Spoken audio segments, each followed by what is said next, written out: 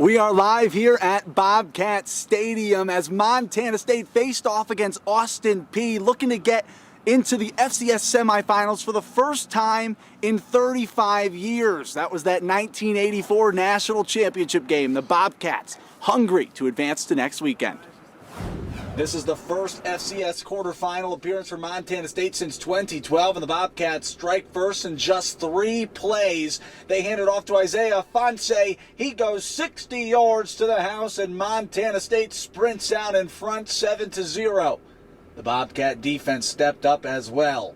Javon Craig looking to run, but Derek Marks and company swallow him up for the sack. The Cats kept Austin Peay scoreless in the first quarter as MSU led 10-3 at halftime. Third quarter, more defense for MSU. The ball is tipped and picked off by Braden Conkle, and they are going to capitalize on the turnover from the 6-yard line. Tucker Rovig floats it to Kevin Cassis, who makes a great grab in the corner. MSU extends their lead 17-3. 7 minutes later, Afonse in the Wildcat, but he doesn't go up the gut. He goes over the top to defensive lineman Jason Skrempos for a little trick play, and the Bobcats are pulling away. They lead 24-3. Austin Peay trying to make this game interesting. Craig rolls out to his right and launches a bomb to D'Angelo Wilson for the big touchdown. That's a 76-yard score, and it's 24-10.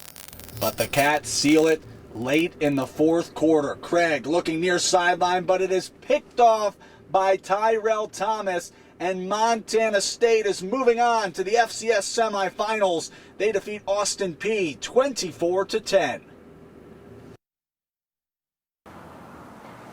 Now the Montana State Bobcats back in the FCS finals for the first time since 1984. A 24-10 win, a 14-point win, but a dominant 14-point win. We are joined by Dom Tibbetts, our other sports guy. And Dom, you were just in the press room with Jeff Choate and the players. What was the reaction after this big win over Austin Peay? Nick, absolute pride. The sense of community was one of the very first things head coach Jeff Choate touched on was the crowd, the reaction. I mean, it filled up here, and it was similar to Cat Grizz.